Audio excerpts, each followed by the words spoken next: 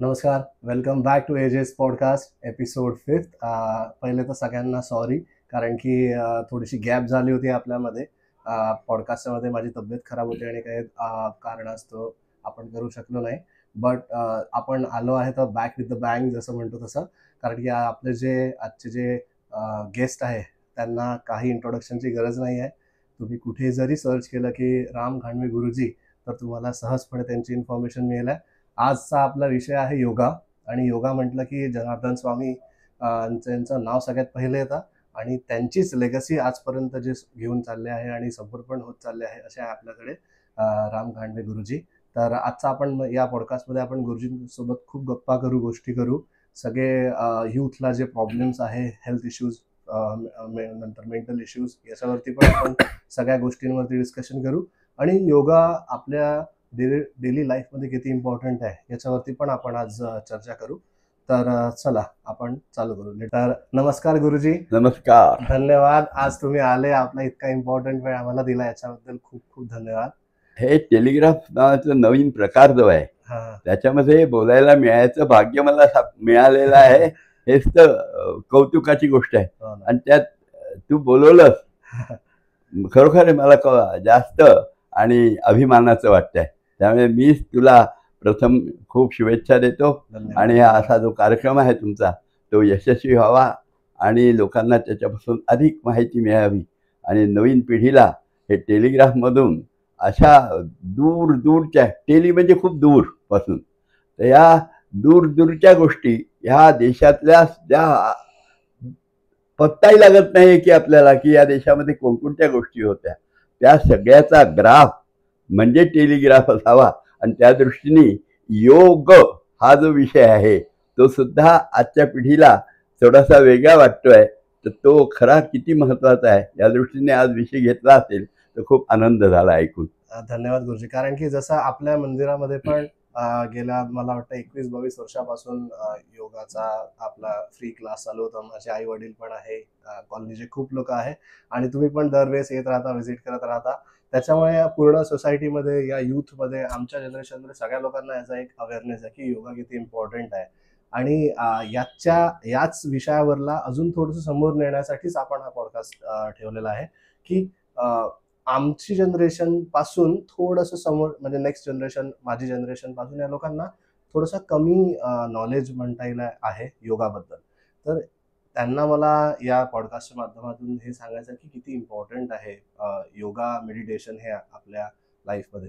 तर त्याच्यासाठीच मला सगळ्यात पहिले हे तुम्ही खूप मोठं इन्स्पिरेशन आहे याच्यासाठी, या सगळ्या योगाला इतक्या लेवलला नेण्यासाठी. तर तुमचं जर्नी कशी राहिली गुरुजी, की तुम्ही पण आपलं नॉर्मल लाईफ चालू होतं, जॉब चालू होता, आणि ऑल ऑफ अ सडन असं काय झालं की त्याच्यातनं पूर्ण 360 डिग्री तुमचं लाईफ चेंज होऊन गेलं?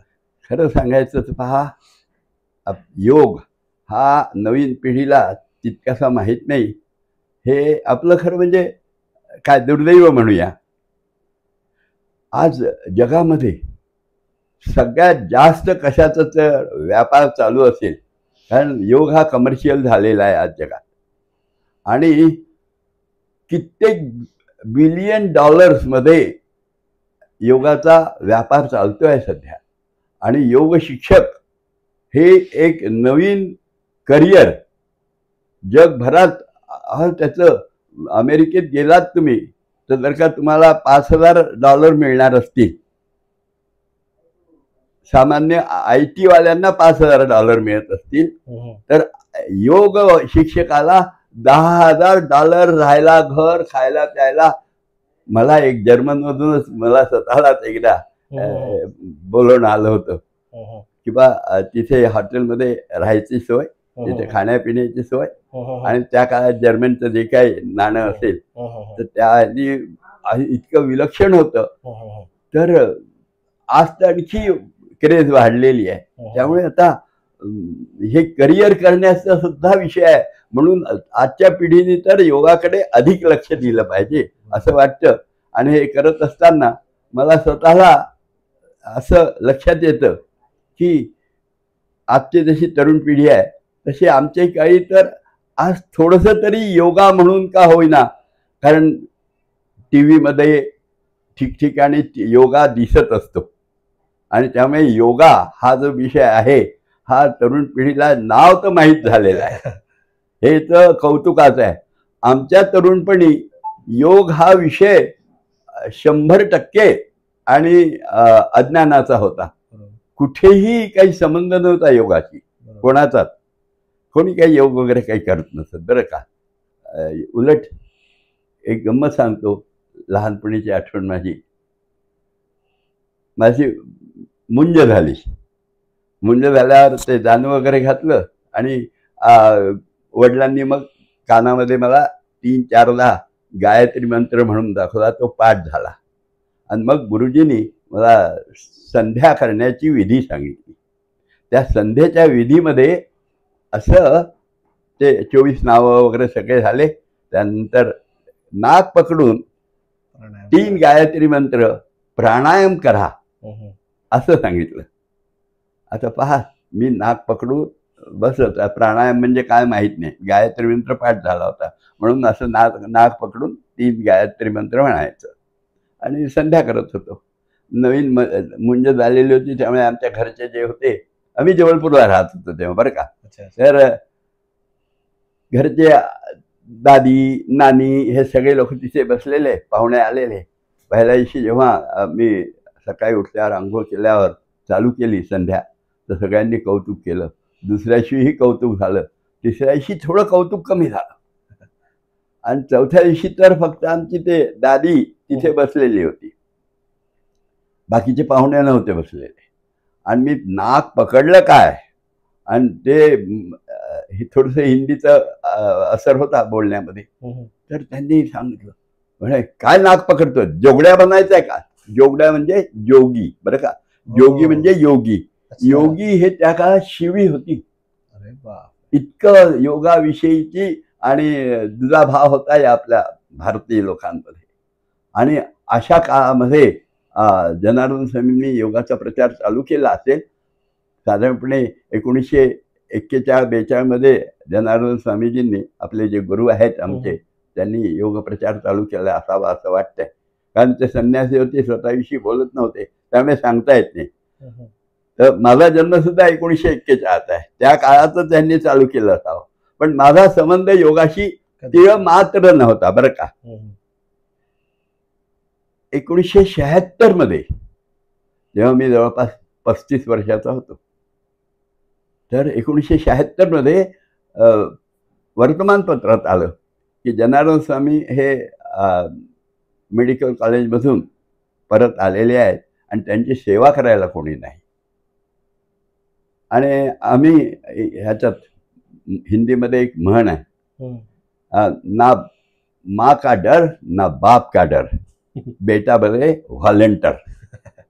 असं आई वडिलांचं भीती नसलेले लोक व्हॉलेंटर बनतात असं म्हटलं जातं विनोदानी, हे अशी म्हणच असायची. तर आम्ही व्हॉलेंटियर होतो, त्यामुळे कोणाची सेवा करायची, काय करायचं ह्याच्यात आनंद होता. आणि तुम्ही कुठे होते गुरुजी तेव्हा? जबलपूर. तेव्हा आम्ही नागपूरला होतो त्या काळात. हे जेव्हा आजारी पडले, ही मी सुरुवात योगाविषयीची भावना किती होती आपल्या देशात, आमच्या घराण्यात सगळ्यांना, हे सांगितलं. त्यामुळे योगाशी संबंध नाही हा विषय मी पहिलेच सांगितलं तुम्हाला. पण 76 मध्ये हे ऐकलं आणि आम्ही रामनगरला राहणार, नागपूरच्या रामनगर वस्तीमध्ये. तिथे जनार्दन स्वामींचा योगाभ्यासी मंडळाचा आश्रम होता, तिथे स्वामीजी राहायचे आणि त्यांची सेवा करायला कोणी नाही. आणि हा एवढा मोठा संन्यासी आहे, याची सेवा करायला कोणी नाही, हे आश्चर्य वाटू लागलं. आणि म्हणून आम्ही ठरवलं की त्या आश्रमात गेलो. म्हटलं आम्ही बँकेत सर्व्हिस करतो, रिझर्व्ह बँकेत सर्व्हिस करत होतो मी बरं का. तर म्हटलं आम्हाला दिवसाचा काही वेळ नाही आहे, पण रात्री 8 ते सकाळी 8 एवढ्या 12 तासाची ड्युटी आम्ही इथे करायला तयार आहोत, विदाऊट एनी रेम्युनरेशन. 12 तास येऊ इथं. त्यांना खूप आनंद झाला आणि आम्ही तिथे सेवा चालू केली, रात्री जागरण रात्रभर. आणि मला तेव्हा सगळ्यात भयंकर त्रास होता तो म्हणजे रात्री जागलं की प्रचंड ॲसिडिटी व्हायची आणि त्यामुळे 2-3 दिवस ताप यायचा. पहिल्या दिवशी मोठ्या उत्साहात गेलो, ते त्रास चालू झाला. दुसऱ्या दिवशी ताप आलेला होता. बँकेत तर गेलो नाही आम्ही, पण ड्युटी स्वीकारली असल्यामुळे तिथे गेलो. आणि स्वामीजी आजारी होते तरी काय झालं माहीत नाही, माझा भाग्य म्हणा योग. म्हटलं स्वामीजी असं त्रास होतो, रात्री जागलं तर म्हणे जागू नका. म्हटलं पण इथे ड्युटी स्वीकारली आहे, जागावं तर लागेल, तर जागा. असे 2 शब्द आहेत, एकूण 3 शब्द बोलले. आणि त्या दिवशीपासून जागलो काय. आणि दुसऱ्या दिवशी मला 3 दिवस ताप येत असे, पण दुसऱ्या दिवशीपासून ताप नाही, काही नाही, बँकेत मी जाऊ शकलो. काय चमत्कार होता मला कल्पना नाही. याला चमत्काराशिवाय दुसरा शब्द मला वापरता येत नाही. मी काही असा कुठे अनावश्यक पद्धतीने विश्वास ठेवणारा माणूस नाही आहे. परंतु प्रत्यक्ष अनुभव घेतला ना मी, मला 3 दिवस नेहमी ताप येत असे, प्रचंड ॲसिडिटीमुळे. उलट्या होत असत आणि मग ताप येत असे, जेवण खाण बंद होऊन जायचं. पण त्यांच्या ह्या म्हटल्यानंतर दुसऱ्या दिवशी ताप नाही आणि काही ॲसिडिटी नाही, काही नाही, मी बँकेतही जाऊ शकलो. तर त्या दिवशीपासून स्वामींविषयीचं प्रेम निर्माण झालं. आणि 1978 स्वामीजींनी समाधी घेतली, तरी स्वामींविषयी प्रचंड प्रेम. योगाविषयी काही प्रेम नाही बरं का अजूनही. पण 1980 काय झालं कोणास ठाऊक. आणि मी योगाभ्यासी मंडळात पोहोचलो आणि योगाविषयीचं एक आकर्षण म्हणा कसं काय तयार झालेलं आहे. आणि पाहता पाहता योगाभ्यासी मंडळाची सर्वच जबाबदारी येऊ लागली माझ्यावर, पाहता पाहता. आणि मला खूप आनंद झाला त्याच्यामध्ये. जसं काही लोकांना काय आजकाल काय त्याला ड्रग्ज वगैरे म्हणतात ना, ड्रग्ज घेतल्यावर कसा आनंद होतो. एक आमचे मित्र होते बरं का, ते इंजिनियर होते. तुम्ही इंजिनियर होता ना, तर ते इंजिनियर होते आणि ते दिल्लीमध्ये शिकले मेडिकल ह्याच्यामध्ये इंजिनिअरिंग कॉलेजमध्ये. तर त्यांनी सांगितलं ड्रग्ज घेतल्यावर म्हणजे समाधी वगैरे तुम्ही म्हणता ना योगाची, तर त्यापेक्षा जास्त आनंद मिळतो म्हणे आम्हाला ड्रग घेतल्यावर. LSD नावाची काहीतरी. तर त्यांनी सांगितलं ते गोळ्या घेतल्यानं की संगीताविषयी खूप बोलायचं. तुम्हाला संगीताचा आवड आहे तर संगीताचे स्वर ते इंग्रजी अशा काही स्वर दाखवतात इंग्रजीचे, असे काहीतरी आकार असतात. आपल्या मराठी ए वगैरे सारखा असा असतो आकार. तर म्हणे त्याच्याऐवजी स्वर दिसत ऐकूच येत नसत, पण असे रंगीबेरंगी फुलं इंद्रधनुष्य अशासारखा आनंद येतो म्हणे संगीत ऐकताना. बापरे. तर हे सगळं त्यांनी सांगितलं होतं. तर ती जी अवस्था आहे योगाची, ह्या सगळ्या गोष्टी तर आम्हाला माहीत नव्हत्या, पण योगाविषयी असा नशा चढला त्या ड्रग सारखा असं मी म्हणेन. आणि बँकेत जायचं फक्त, आणि बँकेतून जायच्या अगोदर योगाभ्यासी मंडळाचं काम, बँकेतून आल्यानंतर योगाभ्यासी मंडळाचं काम, हे जीवनाचं कसं काय असं नशा चढल्यासारखं काम करू लागलो असं मूळ झालं. मग योगाभ्यासही करू लागलो हळूहळू. स्वामींच्या कृपेने गुरुकृपेने काहीतरी आलं असं लोक म्हणतात, मी नाही म्हणणार.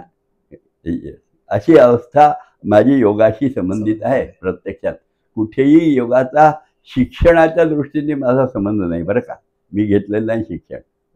आणि जेव्हा तुम्ही तिथे होते आणि गुरुजींची सेवा करत होते, तर जसं तुम्ही सांगितलं ते खूप कमी बोलायचे, गुरुजी खूप कमी बोलायचे ना तुमचे? होय होय, अगदी मोजकं मितभाषी होते, अति मितभाषी. आणि मग त्यांचं जेवण, त्यांचं रुटीन असं तुम्ही सगळं फॉलो करायचे का, की हे यावेळेला जेवतात आहे किंवा हे इतकंच अमाऊंट ऑफ डाएट फॉलो करतात, असं तुम्ही यांचा ऑब्झर्व करायचे का काही, की अशा काही गोष्टी त्यांच्या तुम्ही ऑब्झर्व केला का? त्यांच्या अशा गोष्टी नव्हत्या. त्या काय, कोणतीही गोष्ट, जेवण काय, कोणतीही गोष्ट कधीही मागत नसत. ते त्यांच्या जीवनात अयाचित व्रत होतं जनार्दन स्वामींच्या. अयाचित म्हणजे कोणाला कधीही काहीही न मागणे, असं संन्यासी होता तो. त्याच्यावर काहीही नव्हतं बरं का. एक फक्त नारळाची टोकरी म्हणतो आपण, ते एवढी ऐक होती आणि 2 पोते होते, एक खाली टाकायचं आणि एक कोणी आलं बसायला तर त्याला बसायला पोतं द्यायचं. एवढंच त्यांचा संसार. आणि एक ड्रेस, एक भगवं कपडं लपेटायचं, एक वर पांघरायचं. एवढी त्यांची सारी प्रॉपर्टी होती. आणि त्यांचं रुटीन कसं राहायचं म्हणजे त्यामुळे त्या रुटीनमध्ये काय सांगावं, खाण्याविषयी बोलणं नाही. कोणी आणून दिलं, कोणी जेवायला बोलवलं तर त्या घरी जायचे. ते जेवायला बोलवताना सुद्धा आमच्याकडे जेवायला यानं असं नाही चालत होतं. त्यांना म्हणावं लागायचं आज सकाळी 11 वाजता माझ्याकडे जेवायला या, मग स्वामीजी जात असत. पण माझ्याकडे या ना स्वामीजी जेवायला असं म्हटलं तर कधी जात नसत. कारण कॉन्ट्रॅक्ट मधले सगळे जे हे असतात त्याला कसोट्या त्यामध्ये नव्हत्या. माझ्याकडे या म्हणजे केव्हा या, सकाळी या, दुपारी या, संध्याकाळी या, काहीच तर नाही. मग कॉन्ट्रॅक्ट व्हॅलिड नव्हता जेवण्याचा. त्यामुळे स्वामीजी जात नसत. म्हणजे एका श्रीमंत नागपूरच्या माणसाने माझ्याकडे म्हणे स्वामीजी माझ्याकडे येतच नाही जेवायला. म्हटलं तुम्ही काय करतो? म्हणे हम तो बुलाते हैं, आइए महाराज हमारे यहाँ. म्हटलं ये नहीं चलता, आप बताइए ना, कल आइए, परसों सुबह आइए, शाम को आइए, ऐसे बोलिए उनको, तो आएंगे की नाही देखो. आणि तसं झालं तर आले बरोबर. तर त्यामुळे त्यांचं आणि मुख्य काय आहे, जे वाढलंय बस तेवढंच घेणार. आणि जेवढं वाढलंय ते सगळं पुरणपोळी, त्यानंतर लिंबाचं लोणचं, फोडणीचं वरण, भात, भाजी, लसणाची चटणी चालत नसत त्यांना, पण ते कधी म्हणायचं नाही की नको मला. जर लसणाची चटणी असेल सगळं एकत्र करायचे आणि खायचे. गोपाळ खाला खाण्याचा. त्यामुळे त्यांच्या जेवणाविषयी आपण काही म्हणू शकत नाही, काहीच बोलू शकत नाही. आणि कशा पाणी पिण्याविषयी नाही बोलू शकत. काय त्यांचं कोणतंच मागणं, कोणती तरी आवश्यकता हा स्वामींच्या जीवनात काहीही नव्हतं.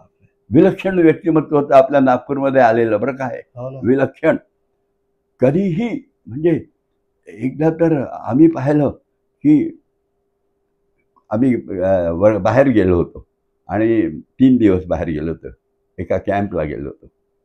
आणि त्या पलंगावरून स्वामीजी, त्यांना धड चालताही येत नव्हतं, तर ते कुठेतरी कोणाला त्रास नाही द्यायचा म्हणून उतरायला गेले असतील. तर तिथे लोखंडी पलंगाला असे आडवी लोखंडाचं लागलेलं असतं, तर त्याला असे काय हे असतात कंगोरे अगदी, ते इथे लागलं होतं आणि ते पिकून गेलं. आणि इतकं भयंकर लाल, आम्ही आल्यावर पाहिलं लाल आणि असं, अरे बापरे भयंकर होतं ते. पण स्वामीजींनी कोणाला सांगितलं नाही, कोणाला दिसलंही नाही ते स्वामीजींचं इतका. आणि ज्याला आपण विदेही म्हणतात ना, जनक राजा विदेही होते. आम्ही जनक राजाविषयी तर नाही जाणत, पण विदेही माणूस स्वामीजी पाहिला, अगदी विदेही. देहाच्या कुठेही आपल्या सुखदुःखाचा संबंध नाही, असं विलक्षण व्यक्तिमत्व. आणि मला का बरं इंटरेस्ट आहे विचारायचा, कारण की तुम्ही खूप जवळनं त्यांची एव्हरीडेची रुटीन बघितली आहे. कारण काय आमच्यासाठी एक स्टोरी आहे असं, किंवा नेक्स्ट जनरेशनसाठी जेव्हा ते हा पॉडकास्ट ऐकतील बेबी किंवा त्यांच्याबद्दल सर्च करतील तर ते म्हणतील की असं काय होतं. म्हणून मी खूप जास्त प्रश्न विचारतोय, कारण की आम्हाला ते क्युरिओसिटी आहे, कारण आम्ही तो बघू शकतो नाही आमच्या जनरेशनने. किंवा ते म्हणजे तुमचं त्यांच्याबद्दल ऑब्झर्वेशन काय होतं. जसं आता तुम्हाला जसा ऍसिडिटीचा त्रास होता, असं तुम्हाला अजून काही त्रास झाला तुम्ही त्यांना विचारायचे का, हे गुरुजी मला असं होत आहे, तर ते काही सांगायचे का तुम्हाला? ते आम्ही बोललोच नाही यायचे. आम्हाला योगाचे अट्रॅक्शन नव्हतं सांगितलं ना, तर त्यामुळे योगाने काही दुरुस्त होतं वगैरे ह्या विषयावर विश्वासही नव्हता आणि याच्यात ज्ञानही नव्हतं. खरं सांगायचं म्हणजे वय जरी 35-36 असलं तरी अडाणी होतो असं म्हणेन योगाविषयीचं. त्यामुळे हे असलं विचारलं नाही आम्ही. परंतु हा प्रकार पाहिला की कोणीही आलं. आता त्या काळात स्वामीजी थोडेसे आजारी होते, पण लोक यायचे आणि स्वामीजी काही आसनं सांगायचे त्यांना. अच्छा. हां. आणि त्यांनी नाही सांगितलं तर आम्हाला म्हणायचे. आता आम्हाला आसनही येत नाही बरं का, पण आम्हाला म्हणायचे यांना भुजंगासन सांग.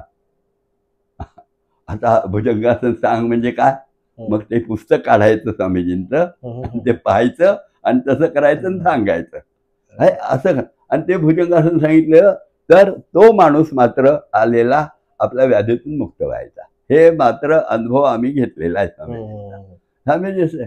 यांना फलाना आसन सांग, त्या पुस्तकातलंच आसन. आणि ते वाचून आम्ही शरीर लवचिक होतं आमचं, चांगलंच लवचिक होतं.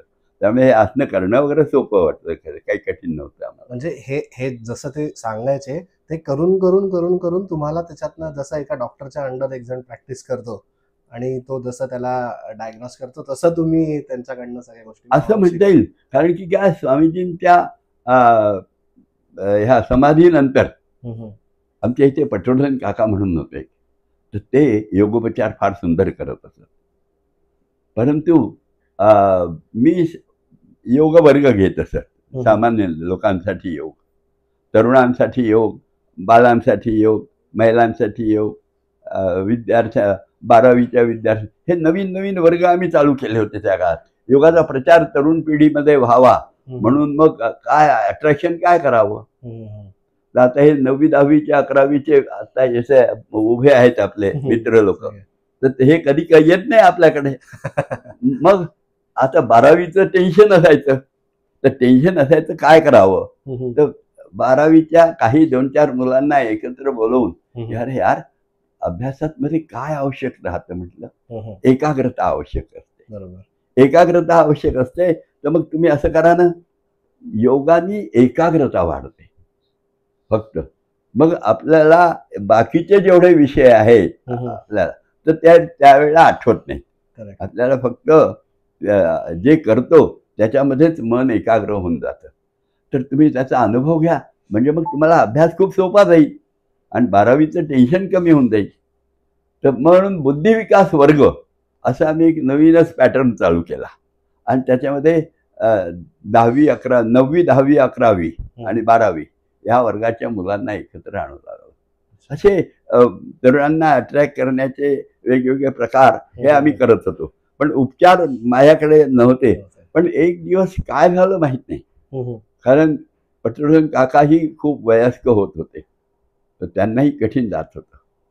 तर योगायोग आला की एक दिवस एक पेशंट आला आणि मला त्या दिवशी त्याला शिकवावं लागलं. आता ते कुठेतरी स्वामीजींनी जे सांगितलेलं होतं त्यावरून स्वामीजींचं योगिक रोगोपचार म्हणून पुस्तक आहे, छोटंसं आहे अगदी, एवढंसं 24 पानाचं, आणि सुलभ सांगितलं असणे भाग 1-2 आहे. बस याची सांगड घालून आणि आम्ही उपचार चालू केले आणि यश येऊ लागलं. आणि झालं. आज आता लोक म्हणतात की, म्हणजे खूपच आग्रह झाल्यामुळे मी एक पुस्तकही तयार केलं, रोगोपचार म्हणून नावाचं एक पुस्तक तयार केलेलं आहे. जवळपास 500 पानाचं मोठं ग्रंथ झाला आहे तो. जवळपास 77 व्याधी त्याच्यामध्ये, ज्याच्यावर गेल्या 40 वर्षात वेगवेगळ्या लोकांवर उपचार करून यश प्राप्त झालेलं आहे, अशा 77 व्याधींवरचे योगोपचार त्याच्यात दिलेले आहे. तर ते हे चालू केलं आम्ही सहजच, आणि आज ते करता येत आहे, त्याचा उपयोगही होत आहे. तर त्यामुळे आपोआप रोगोपचार हाही विषय ह्या केवळ स्वामींच्या, याला मी स्वामींची कृपा म्हणतो बरं का. हे कर्तृत्व माझं गिजं नाही आहे बरं का. कोणी म्हणेल की तुला नाही, ते स्वामींचे पुस्तक पाहायचं, त्यांचं स्मरण करायचं आणि सांगायचं, अशा पद्धतीचा हा प्रवास राहिला. त्यामुळे जास्त काय सांगणार आहे आम्ही की काय कसं काय करू लागलो.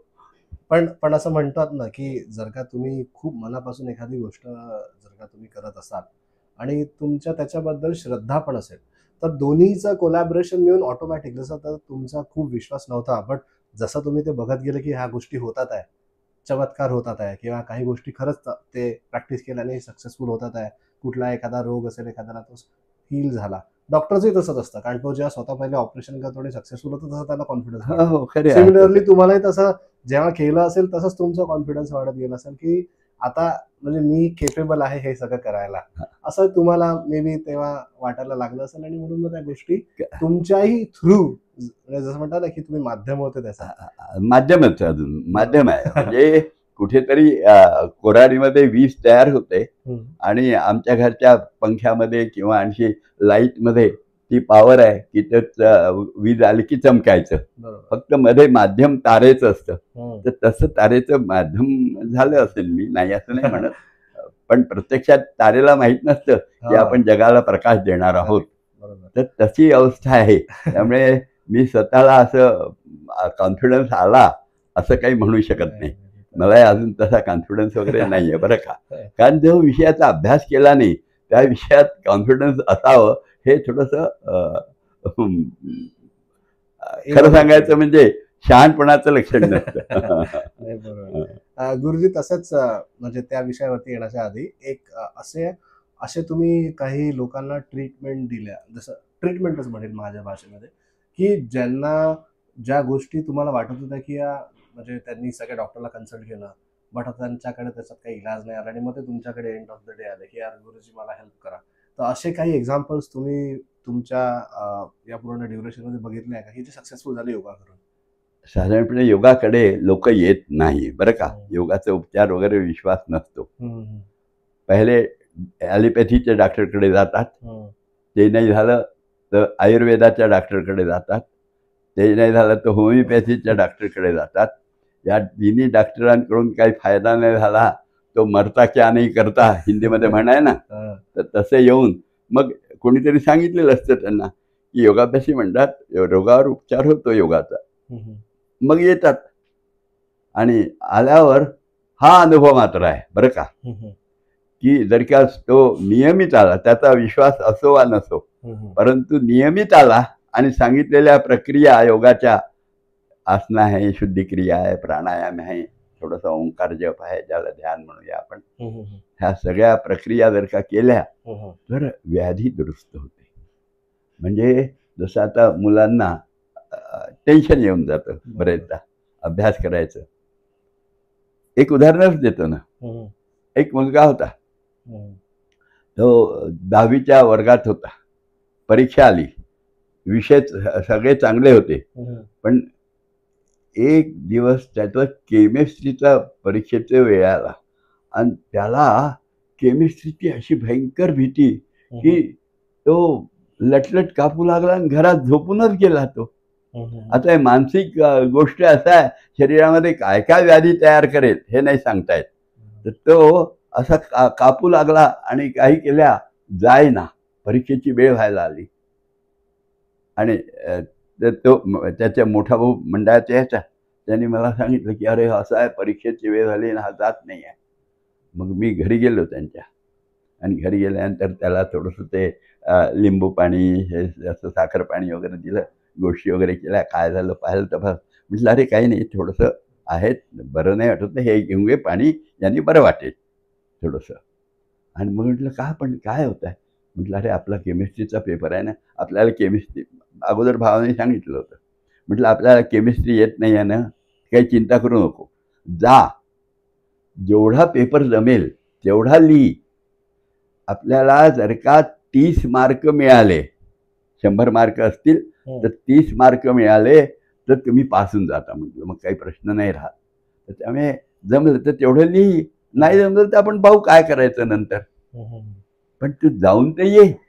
आणि मग त्याच्या भावाला पाठवलं, मी स्वतः त्याच्याबरोबर तिकडे गेलो त्याच्या शाळेमध्ये, सेंटरमध्ये, आणि त्याला पेपर द्यायला लावला. पेपर लिहिताना हा कॉन्फिडन्स त्याला दिला होता किंवा तू केमिस्ट्री हा विषय तुला येत नाही, त्यामुळे त्याचा विचार न करता तू परीक्षा दे. आणि त्याने पेपर दिला आणि त्याच्यानंतर मग दुसऱ्या दिवशी, त्याच्या अगोदरचे पेपरही छान गेले होते, दुसऱ्या दिवशी नंतरचे पेपरही सगळे आता हे देऊन आल्यावर परत तो फ्रेश झाला. पण तिथे गेल्यानंतर, हे बोलल्यानंतर, हा विश्वास दिल्यानंतर त्यांनी पेपर जेव्हा लिहिला तर त्याला पुरेसे मार्क्स मिळाले आणि तो 10वीत पास झालेला होता. हे जो कॉन्फिडन्स निर्माण करण्याची प्रक्रिया आहे ही योगामध्ये सलगी लावून, त्याला शवासन वगैरे सांगून आणि मग ज्या पद्धतीने त्याच्यामध्ये तयारी केली, ही खरोखर मला आता तो अनुभव आयुष्यभर माझ्या लक्षात राहील.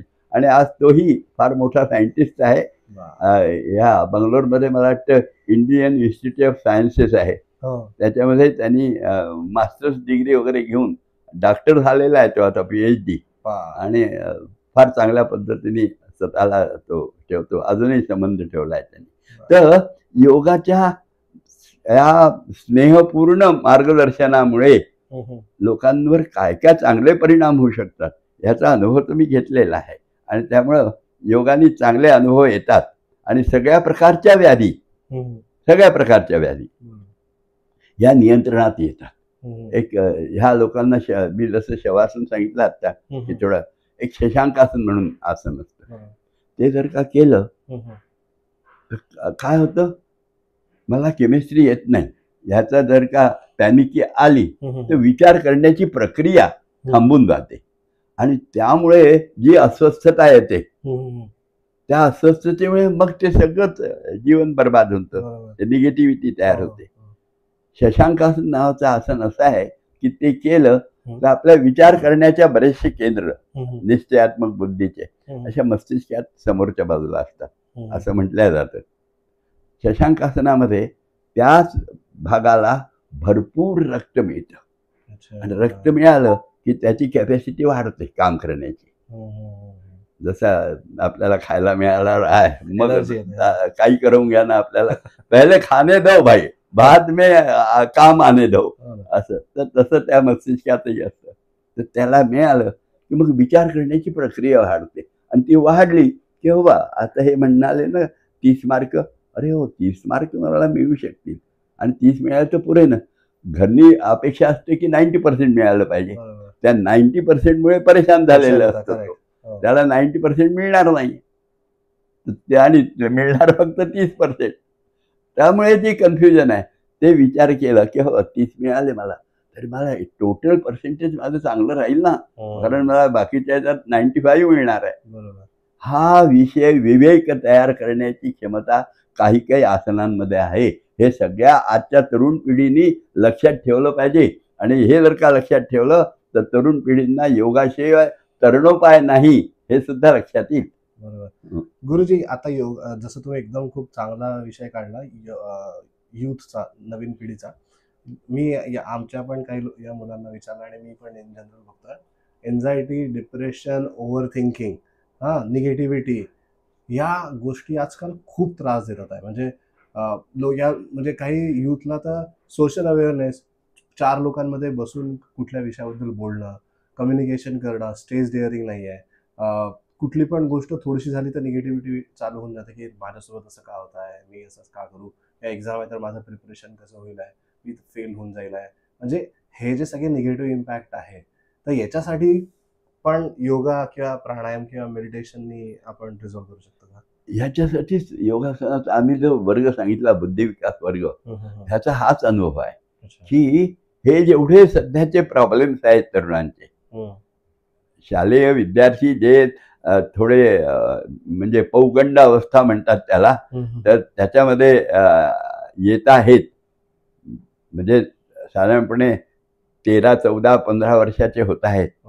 अशा वयात जे प्रॉब्लेम्स येत आहेत ना, ह्या सगळ्या प्रॉब्लेम्सवर बुद्धिविकास वर्गामध्ये एक चांगलं सोल्युशन मिळतं. मग त्यांना कारण योगामध्ये आत्ता जे सांगितलं की कुठेतरी एकाग्रता करणं, सध्याचे विषय कसे आहे, एकाग्रताच नाही आहे. फुलपाखरासारखं या विषयातून त्या विषयावर, त्या विषयातून त्या विषयावर, आणि आजच्या पिढीला तर या TV आणि मोबाईलमुळे आणि सगळ्या चित्रपट आदर्श झाले, चित्रपटाचे सगळे जे हिरो हिरोईन्स असतात हे आदर्श झाले. हे जीवनातल्या सगळ्या फॅशन्स करायच्या असेल, जीवनशैली वागायचे, कपडे काय घालायचे, जोडे काय घालायचे, केस कसे ठेवायचे, म्हणजे पहिले मुंज करायची तर पोटे टक्कल चप्पी करायला हिम्मत करत नव्हते, रडायचे, केवढे रडायचे. पाहाल पूर्वीच्या काही टक्कल करणं अशक्य होऊन जायचं लहान मुलांची. आणि आता सगळे लहान मुलं सगळे पूर्ण चकाचक कापून आणि फॅशन करतायत. तर ही जी नवीन पद्धत आलेली आहे, ह्या सगळ्या ह्याच्यामध्ये ह्या सगळ्याकडे बाहेर पाहूनच वागण्याची जी पद्धती आहे, एकाग्रता झाली तर योगामध्ये मुळात काय होतं, मी नावाचा जो भाग आहे त्याला आपण मन म्हणूया. हे मन आणि तन म्हणजे शरीर, या दोघांना जोडल्या जातं. हे दोघं जोडले की मन हे पाऱ्यासारखं आहे की जे आपल्या कंट्रोलमध्येच येत नाही. मन हे कंट्रोलमध्ये येत नसतं. पारा जसा तुम्ही पकडायला जाल खाली तर कधी पारा हातात येणार नाही. तसं मन कधी हातात येणार नाही. पण पारा पकडायची एक पद्धत आहे. मग आम्ही एका रुद्राक्ष विकणाऱ्या माणसाकडे गेलो होतो. खूप जबरदस्त रुद्राक्ष विकायचा तो. त्याचं एक प्रदर्शनी त्यांनी भरलं होतं, त्याच्या उद्घाटनाला नेलेलं होतं मला. तर तिथे एक शिवलिंग केलं होतं त्यांनी, आणि त्याला मग सगळ्या रुद्राक्षांच्या वेगवेगळ्या डिझाईननी सजवलेलं होतं.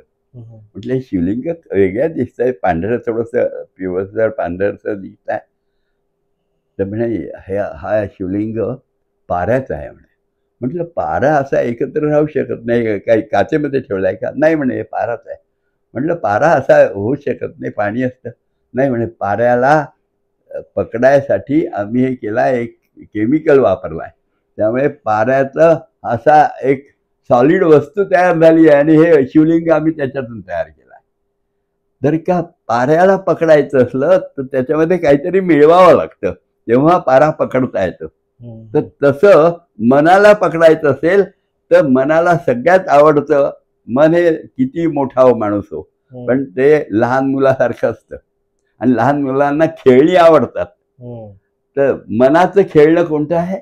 तर मनाचं खेळणं आहे आपलं तन. हो, आता हे 14-15 वर्षाचे झाले की आरशासमोर किती वेळ उभा राहतात, आणि इथे एक पुटकी आली की किती वेळ तरी पुटकुळीच पाहत राहतात, आणि त्याला काय लोशन लावतात आणि काय काय करतात. अरे बापरे, भयंकर चालू असतं. तर हे सगळं कसं आहे, तणाविषयी प्रेम आहे. तर मग ज्याविषयी प्रेम आहे त्या विषयाशी मनाला जोडणे. तर मनाला ते जोडलं की मन इकडे तिकडे भटकणं कमी होऊन जातं, आणि ते भटकणं कमी झालं की एकाग्रता साधू लागते. मग आपोआपच या सगळ्या गोष्टीतून मुक्तता होऊन अभ्यास करण्या, जर काही इच्छा आहे तर अभ्यास करायला एकाग्रता येते, थोडंसं विषयामध्ये रमू लागतं. जसं मग आपलं शरीर, आपलं मन, बुद्धी हे कॉम्प्युटर सारखं होतं. कॉम्प्युटरमध्ये कसं आहे, आता मोबाईलमध्येच असतं ना, की आत्ता कोणता ॲप पाहिजे तर तो ॲपचं बटन दाबलं रे दाबलं की त्या ॲपमधल्या सगळ्या डिटेल येऊ शकतं. बाकीच्या ॲपचं मग काय त्यावेळेला त्रास होत नाही आपल्याला, किंवा मला व्हॉट्सअपच पाहिजे आहे आणि यूट्यूब दिसून राहिला आहे, असं काही होत नाही. आत्ता आपली अवस्था असते की आपलं व्हॉट्सअप पाहायला जाऊन यूट्यूब असतं, फेसबुक दिसतं, दुनियातलं सगळं दिसू लागतं त्याच्यामध्ये. मेन म्हणजे तुमचा फोकस राहतो, त्यामुळे फोकस होऊ लागतो. हे जे फोकस करण्याची प्रक्रिया आहे ही योगाने, आसनाने सहज साधते. आणि फोकस करायला मुख्यतः तन आणि मनाचं एक योग साधनं हे योगाच्या आसनांमध्ये होऊ लागतं. आणि प्राणायामाने ह्या सगळ्या ज्या फाईल्स आहेत आतमधल्या, त्या फाईल्स हळूहळू ओपन होऊ लागतात, त्या फाईल्स विषयीची जाणीव होऊ लागते, आणि त्यामुळे अजून एकाग्रता वाढते. आणि अभ्यास करू लागलं तर मग त्याचं आकलन शक्ती, त्याचं म्हणजे ज्याला आपण काय म्हणतो, पहिले समजा ग्रास्पिंग असं म्हटलं, मग त्या ग्रास्पिंगचं रिटेन्शन झालं पाहिजे, रिटेन्शन नंतर मग त्याचं एक्सप्रेशन झालं पाहिजे. अशा साधारणपणे ज्ञानाच्या प्रक्रिया आहेत. तर ह्या सगळ्या प्रक्रिया योगाने अशा एकत्र पद्धतीने अशा आणि सुंदर स्मूथपणे प्रगट होऊ लागतात. आणि त्यामुळे अभ्यास करण्याची क्षमता आणि यश प्राप्त करायची क्षमता योगाने मुलांमध्ये वाढते. आणि मग हे निगेटिव्हिटी, कारण निगेटिव्हिटी हे शेवटी काय असतं, हे मनाचा खेळ आहे, बरोबर, बाकी काय नाही. हे पाहिलं ते पाहिलं, त्याच्यामध्ये रमले, पण आपण आपल्याशी रमू लागलो की हे सगळं संपून जातं निगेटिव्हिटी. गुरुजी, आणि योगा तर आता इम्पॉर्टंट आहे. काही लोक जिम म्हणतात की जिम करा आणि महागाच्या जिमला जा, तिथे जाऊन तुम्ही पैसे स्पेंड करा. तर म्हणजे ठीक आहे, ते पण चांगलं आहे, पण तुमचं म्हणणं आहे की जर का तुम्हाला सेल्फ लव्ह, जसं तुम्ही जो सांगितलं का, जर स्वतःशी प्रेम करणं इम्पॉर्टंट आहे, आणि योगा आणि मेडिटेशन म्हणजे प्राणायाम, योगा, मेडिटेशन यांचं कॉम्बिनेशन जास्त स्ट्रॉंग आहे जिमपेक्षा. थोडंसं ह्या प्रश्नामध्ये थोडंसं दोष आहे. अच्छा. हा, मला चांगला जिम करायचं आहे तरी मला योग केला पाहिजे. अच्छा. हा, योग कर्मसु कौशलम आहे, म्हणजे जे जे कार्य करणार आहोत त्याच्यामधलं कुशलता प्राप्त करणे. कारण कुशलता प्राप्त करायला कुठेतरी एक ऑप्टिमम लेवल येते, आणि त्याच्या पलीकडे जाता येत नाही. आणि आजच्या युगामध्ये, स्पर्धेच्या युगामध्ये तर त्या ऑप्टिमम हे सगळ्यांचं झालेलं, ही लेवल झाली ऑप्टिमम. सगळ्यांनी आपल्या प्रयत्नांनी ऑप्टिमम पर्यंत आले. तर तुम्ही स्पर्धेमध्ये त्या मानाने पुढे जात नाही आहे. ते पुढे जाण्यासाठी योग कर्मसु कौशलम. तर योगामुळे जे काही कार्य करतोय त्यामध्ये कुशलता येते. तर उत्तम जिम करायचं आहे तरी योग तुम्हाला आवश्यक आहे. कारण हा प्रयोग आम्ही मध्ये केला बरं का, सुरुवातीला जिम बरं का. तर त्या जिम मध्ये लोक ते काय बेंच प्रेसिंग, वेट लिफ्टिंग वगैरे, त्यानंतर काय काय वेगवेगळ्या प्रकारे असं मागून ओढायचं, पायाने वर ढकलायचं, असं वर उचलायचं आणि मग ते डंबेल्स घेऊन असे काही करायचं. खूप वेगवेगळ्या प्रक्रिया करायचे. आणि ते म्हणायचं अरे तू काय तिथे जाऊन झोपतो आणि पाय वर करतो हे करतो. म्हटलं अरे यार येते एकदा, चला. ते एकदा असेच जाताना सकाळी उभं होतो आम्ही मंडळासमोर आणि हे लोक जिमचे पहलवान तरुण जात होते. म्हणे काय आटोपलं का रामभाऊ असं म्हटलं नाही आमचं चालूच आहे ना. नाही काय अरे जिम हमारे यहाँ हो ना. म्हटलं अरे एक बार आज यहाँ आ रहे हैं तो इधर चलो ना. मैं तर वही काय हूँ. जिम मध्ये मी लक्ष देत होतो तेव्हा थोडंसं. तर म्हटलं अभी अरे खूप तारीफ करते अपने जिम के पहलवानी की, आओ चलो. आज मैं तो कुछ करता नहीं ना, तुमने तो देखा जिम में, तो मैं केवल देखता हूँ. आणि मग त्यांना आतमध्ये नेलं आणि असं पाठीवर झोपलो मी आणि दोन्ही पाय मिळवून घेतले आणि असं साधारणपणे 45 अंशाचं किंवा 40 अंशाचा अँगल ठेवून ते पाय तसे दोन्ही वर ठेवले आणि मग छान त्यांच्याशी गप्पा गोष्टी करत एक साधारणपणे 2, 2.5, 3 मिनिटं गप्पा गोष्टी केल्या आणि मग हळूच पाय खाली घेतले आणि मग म्हटलं अब चलो तुम बहुत पहलवानी की बात करते हो, चलो ऐसे पाव उठा. त्यांनी आपला ताकद रोखून आणि असा पाय वर उचलला, दोन्ही पाय. पण श्वास रोखून ठेवला होता, नेट ताकद लावून उचलले होते दोन्ही पाय. आता श्वास रोखलेला आणि पाय उचलले. एक 15-20 सेकंद, अर्ध्या मिनिटानंतर श्वास तर सोडायचा आहे. सोडायला गेले तर पाय खाली पडला त्यांचा. म्हटलं अरे यार मैं तो अभी आपसे बोलना भी नहीं चालू किया, तुमने पाव नीचे मैं तो तुम्हारे से बातचीत करते हुए कर रहा. तुमचं काय पहलवानी आहे म्हटलं जिम मध्ये. आमच्या योगाची पहलवानी पहा कशी आहे. तर योगानी ही जी शरीरातली आतली क्षमता जी आहे, म्हणजे जिममुळे काय होतं, मसल्स डेव्हलपमेंट होतात वेगवेगळ्या. त्याला थोडंसं प्रोटीन्सचा आहार वाढवावा लागतो आणि सगळे असे मसल्स नुसते डेव्हलप होतात.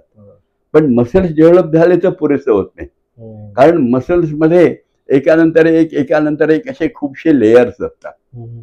तर सामान्यपणे सगळं आता असं वेट लिफ्टिंग करा, असं उचला आणि फटकन सोडून द्या असं असतं. तर त्याच्यामध्ये ते 10, 15, 20 सेकंदाचा अर्ध्या मिनिटाचं काम आहे. तर त्यामध्ये काही वरच्या लेयर्सच मसल्सचे काम करतात, पण आतले लेयर्स काही कामाचे नसतात, त्यांना त्याची सवयच नसते. आणि त्यामुळे एक 15 मिनिटानंतर त्यांना 15 सेकंदानंतर 30-20 सेकंदानंतर पाय वर ठेवून त्यांना जमलंच नाही, खाली पडून गेले त्यांचे. कारण वरचे मसल्स अर्ध्या मिनिटानंतर थकले तर त्यांनी खालच्या लेअरला म्हटलं की अरे आता तू काम कर. जसं मिलिटरीमध्ये अर्धा तास 1 तास सैनिक लढतात, मग दुसरी बॅच येते, मग तिसरी बॅच येते, मग हे मागे जातात. असं आपल्या शरीरातही लढण्यासाठी, आता वजन उचलणं म्हणजे लढणंच आहे ग्रॅव्हिटेशनल फोर्सच्या अगेन्स्ट मध्ये, त्या लढण्यासाठी हे सगळे मसल्स काम करत असतात. ते वरचे लेयर्स काम करून टाकतात, खालच्या लेअरना सवय नसते. जिम्स मध्ये, योगामध्ये खालच्या लेअरला काम करण्याची प्रक्रिया म्हणजे योग होतो. खरं सांगायचं शरीराच्या विकासाच्या दृष्टीने म्हटलं तर आतले सगळे लेअर सुद्धा काम करू शकतात आणि त्यामुळे अधिक उत्तम पद्धतीने वजन उचलणं वगैरे करायचं आहे तर योग केला पाहिजे. जे काय उत्तम उदात्त करायचं असेल, उत्तम बॅडमिंटन खेळायचं आहे, उत्तम क्रिकेट खेळायचं आहे, योग करा. कारण त्यामध्ये बॉलिंग मध्ये तुम्हाला कॉन्सन्ट्रेशन करायचं आहे, बॅटिंग मध्ये तुम्हाला बॉलशी इतकं जोडलं पाहिजे की बॅट आणि बॉल याचं मिलन म्हणजे तो योग साधायचा असेल तर पहिले योग केला पाहिजे. योग केला तर हे योग बॅट आणि बॉलचा उत्तम साधतो आणि बॉल कुठे पडला पाहिजे की कॅच जाऊ नये, तो सरळ समोर जावा, अशा म्हणजे फास्ट अगदी सरळचा सरळ, आणि तो जाताना असा जमिनीकडे जावा खाली, ह्याच लेवलनी जायचा बॅटच्या लेवलनी, पण खाली असा जायचा सरळचा सरळ. हे जर का बुलेट सारखा, हे ह्या ज्या गोष्टी आहे ह्या योगानी कर्मसु कौशल जे जे कार्य करायचं आहे त्यात अधिक कुशलता येते. त्यामुळे जिमवाल्यांनी सुद्धा योग करणं आवश्यक आहे. जिमवाल्यांनी योग नुसतं योग करावा आणि जिम करू नये असं काही मी म्हणणार नाही का. असं योगवाल्यांनी म्हटलं तर ते थोडंसं चुकीचं राहील, एवढं लक्षात ठेवायचं. आणि जिम मध्ये बॉडी बनते सुंदर, छान दिसतं, तर ते बनलं पाहिजे, ते केलं पाहिजे, हे आवश्यक आहे. मी खूप साऱ्या स्पोर्ट्सच्या लोकांशी बोललो या विषयावरती. म्हणजे इंडियामध्ये मी जेव्हा आलो तेव्हा माझे खूपसे मित्र क्लोज आहे जे क्रिकेट खूप चांगल्या लेवलला खेळतात. म्हणजे त्यांनी IPL पण खेळलेली आहे किंवा दुसऱ्याला. काही मित्र आहे ते बॅडमिंटन पण खूप चांगल्या लेवलला खेळलाय आणि काही लोक फुटबॉल पण खूप चांगल्या लेवलला खेळलाय. सगळ्यांना जेव्हा मी एका सर्टन लेवलला विचारलं की हा स्पोर्ट्स फिजिकल गेम आहे आपण असं म्हणतो, पण ते त्यांचं म्हणणं पडलं की जितका फिजिकल आहे तितका मेंटल पण गेम आहे. म्हणजे तुम्हाला टफ पाहिजे, तुमचं मेंटली तुम्ही खूप टफ पाहिजे, कारण तुम्हाला प्रेशर असतं, कॉम्पिटिटिव्हनेस असतो. तर ते लोक म्हणाले हे की आम्ही 2 एक्सरसाइज करतो, म्हणजे 2 सेशन्स ठेवतो. सकाळचा सेशन असतो जो आमचा, त्याच्यामध्ये आम्ही ग्राउंडवरती फील्ड एक्सरसाइज करतो आणि एक सेशन आम्ही असं दिवसात 1 तास ठेवतो ज्यामध्ये आम्ही लोक आतमध्ये योगा आणि मेडिटेशन प्राणायाम करतो. कारण मेडिटेशन ही त्यांचं म्हणणं आहे की खूप प्रेशर असतं की एक लास्ट ओव्हरमध्ये तुला खूप सारे रन काढायचे. हे प्रेशर हँडल करणं जे आहे हे तुम्हाला एक्सरसाइजने नाही होत, तर हे तुमचं मेंटल टफनेसने होतं. अगदी खरं आहे. मी ते सांगितलं की एक ऑप्टिमम लेवल येते, पण ह्या लेवलच्या वर जावं लागतं, तेव्हा तुम्हाला ती पुढची पायरी गाठता येते. तर ती गाठायला आता क्षमता आपली शरीराची संपलेली असते. तर त्याला तुम्हाला बुद्धीचा उपयोग, मनाचा उपयोग केला पाहिजे. चित्तवृत्तींना कंट्रोलमध्ये ठेवता आलं पाहिजे, त्याचा उपयोग करता आला पाहिजे. आणि त्याच्यामध्ये धैर्य, संयम ह्या ज्या गोष्टी आहे, फक्त एकच आहे योगाचा आणि ह्याच्यामध्ये की योगामध्ये जर का जास्त केलं तर योगामध्ये थोडंसं कॉम्पिटिशन मध्ये उतरणे हा भाव कमी होऊन जातो. मला माझं कर्म करायचं आहे, मला ह्याच्यापेक्षा जास्त हुशार व्हायचं आहे असं नाही आहे. हा 90 मिळवतो तर मला 91 मिळवायचा आहे असा भाव नसून मला उत्तम व्हायचं आहे हा भाव असतो. त्यामुळे स्पर्धात्मक भाव नसल्यामुळे थोडंसं ज्याला काय किलिंग स्पिरिट काय म्हणतात तुम्ही, त्या किलिंग स्पिरिटच म्हणतात मला वाटतं, ती पाहिजे असते मॅच मध्ये जिंकण्यासाठी. किलिंग स्पिरिट पाहिजे असते, तर ते स्पिरिट मात्र योगाने तयार होत नाही बरं का. उत्तम करायचा प्रयत्न होतो, परंतु मला हे जिंकायचंच आहे हा जो भाव आहे, हा स्पिरिट योगाने एकदम तयार होत नाही. एक प्रकारे चांगलं पण आहे गुरुजी, पण चांगलं आहे, उत्तम आहे ना. त्यामुळे अपयश आलं समजा तर डिप्रेशन येत नाही. फेल्युअर ऍक्सेप्ट करण्याची तुमची तयारी वाढत जाते प्रत्येक गोष्टीमध्ये. म्हणजे अभ्यासातही एखाद वेळेस आता निगेटिव्हिटी येते.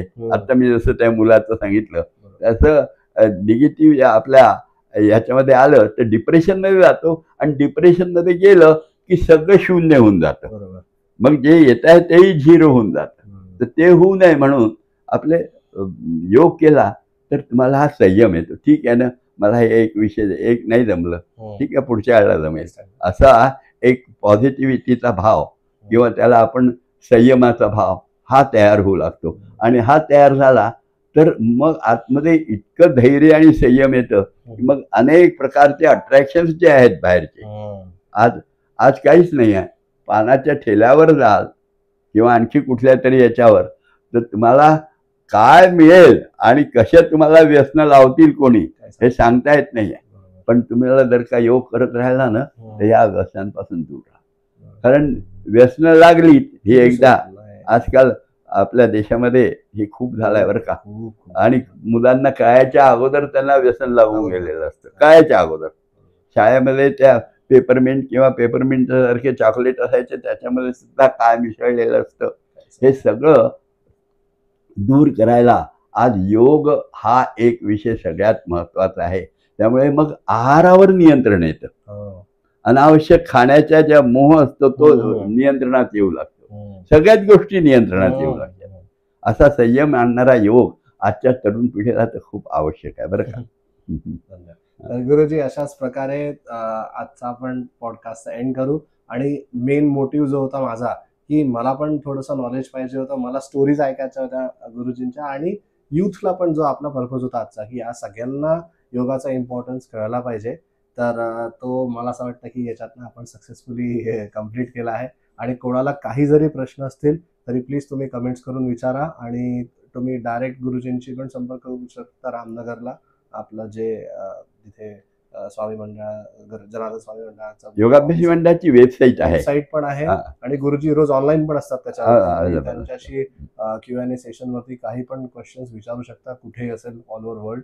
तर धन्यवाद गुरुजी. आणि एक त्यातला शेवटचा आपल्याकडे गोष्ट असं असते की जसं मी म्युझिशियन आहे म्हटलं, तर आजच्या या संदर्भामध्येच एक गाणं मला आठवलं की जे म्हणजे हिंदी मूवीचंच आहे, पण थोडंसं इन्स्पिरेशनल सॉन्ग आहे युथ साठी, स्पोर्ट्सच्या. एक लक्षात घ्या, सिनेमामध्ये सुद्धा इतकी सुंदर सुंदर गाणी आहे की ती गाणी बाकीच्या सर्व गाण्यांसमोर सर्वश्रेष्ठ ठरतात. त्यामुळे त्याला नाव नाही ठेवता येत एकदम. म्हणून एक प्रयत्न छोटासा माझ्याकडे. गुरुजी, तर हे गाणं माझ्याकडून सगळ्यांसाठी. छान छान.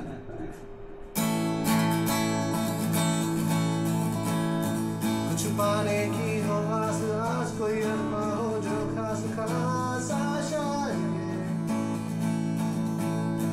हर कोशिश में हो बार बार कर दरियाओं को बार बार आशा है,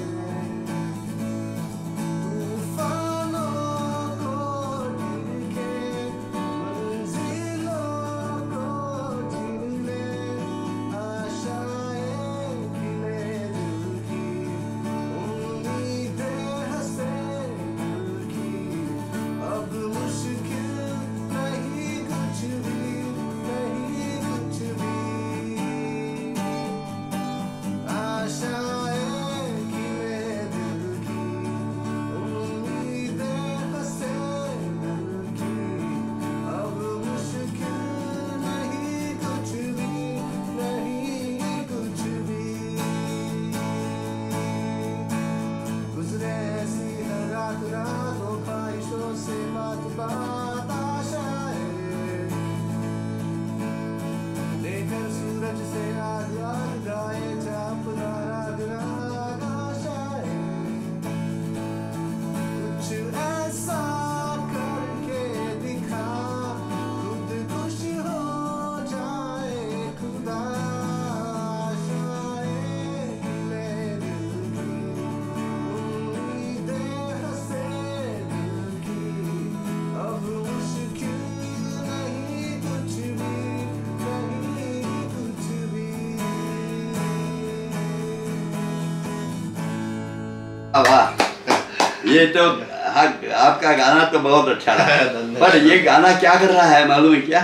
ये एक व्यक्ति को आगे ले जा रहा है, पर ये व्यक्ती समष्टी यानी समाज का एक अविभाज्य भाग है.